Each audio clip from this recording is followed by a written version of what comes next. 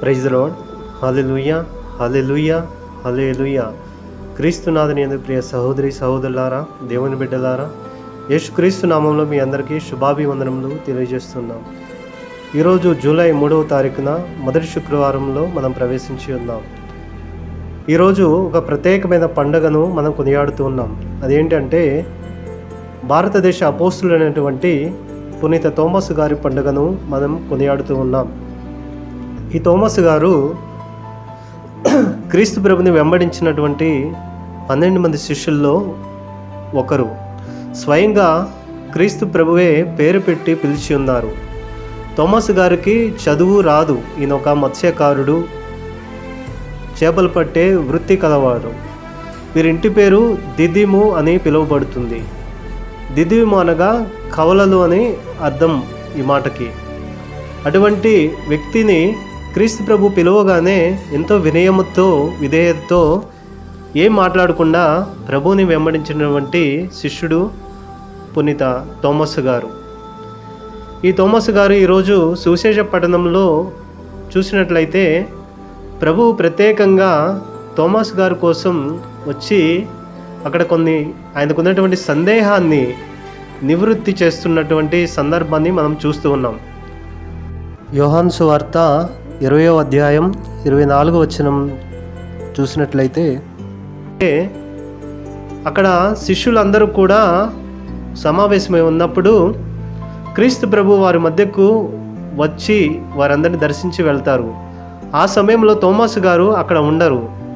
ఆ విషయాన్ని మిగిలిన శిష్యులు థోమస్ గారికి తెలియజేసినప్పుడు థోమస్ గారు కూడా ఒక ఉత్సాహంతో నేను కూడా ప్రభువుని దర్శించాలనే ఒక ఆసక్తితోటి, ఒక అనుమానంతో, ఆయన చూడాలని ఒక ఆశతోటి నేను ప్రభువుని దర్శించాలి, నా వేలు ఆయన ప్రక్కలో ఉంచాలి. ఎందుకంటే క్రీస్తు ప్రభువు గాయాలు పొందుకుని ఆయన మరణించి ఉన్నాడు కదా, సజీవుడైన దేవుడు మళ్ళా ఆయన లేపి ఉన్నాడు కదా, మీరు ఏ విధంగా అయితే దర్శించారో నేను కూడా దర్శించాలనే ఒక ఉత్సాహంతో థోమస్ గారు ఆ శిష్యులకు చెప్తాడు, నా చెయ్యి అక్కడ ఉంచాలి, నా వేలు ఆయన ప్రక్కలో ఉంచాలి, గాయంలో నా చెయ్యి పెట్టాలి అని చెప్పి నేను ఆయనని తాకాలనే ఒక ఉత్సాహం ఆయనలో కలిగి ఆ శిష్యులతో పలుకుతాడు. నేను అలా చేసిననే తప్ప నేను నమ్మను మీరు చెప్పే మాటల్ని అని చెప్పి శిష్యులకు తెలియజేస్తాడు.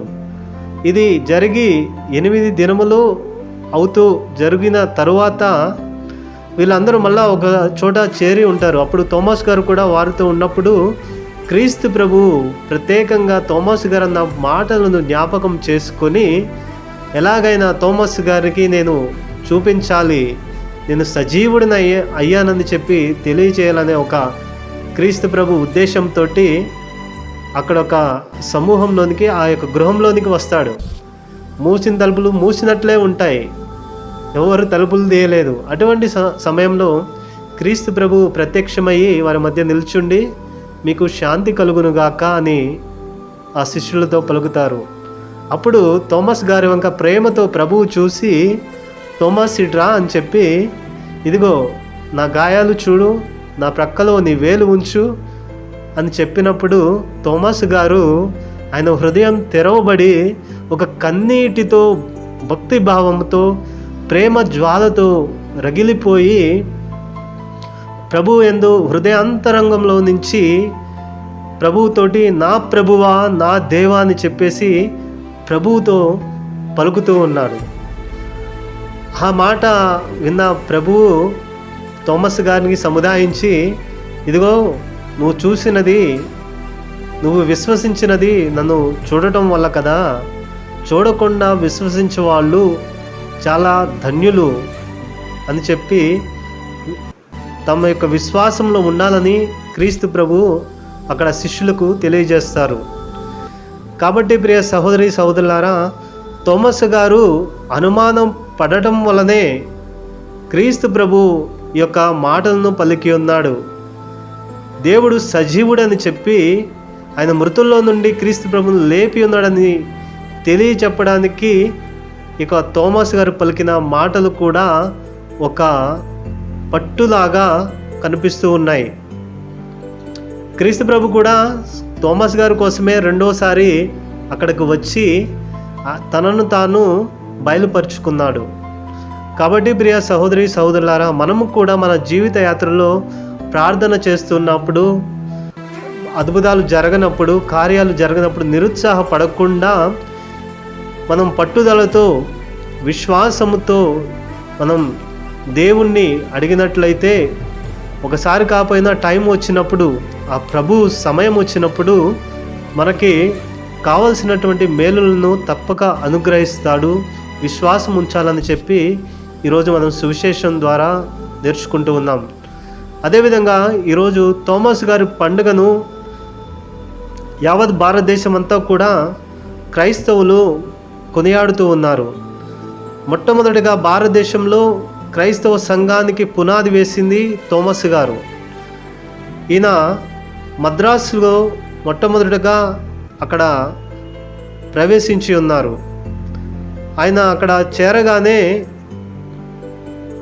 భారతదేశంలోనికి మొట్టమొదటిగా మద్రాసు పట్టణం అక్కడికి చేరగానే ఒక బ్రాహ్మణ కుటుంబాన్ని క్రీస్తు ప్రభు వైపుకి నడిపించారు.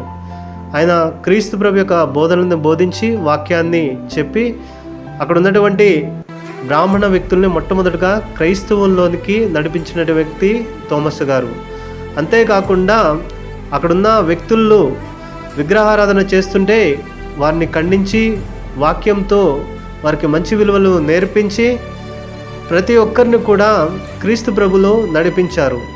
ఈయన బోధనల ద్వారా, వాక్కు ద్వారా అందరూ కూడా ఆకర్షితులై ప్రభువుని వెంబడించారు. క్రైస్తవం అక్కడ నెలకొని ఉంది.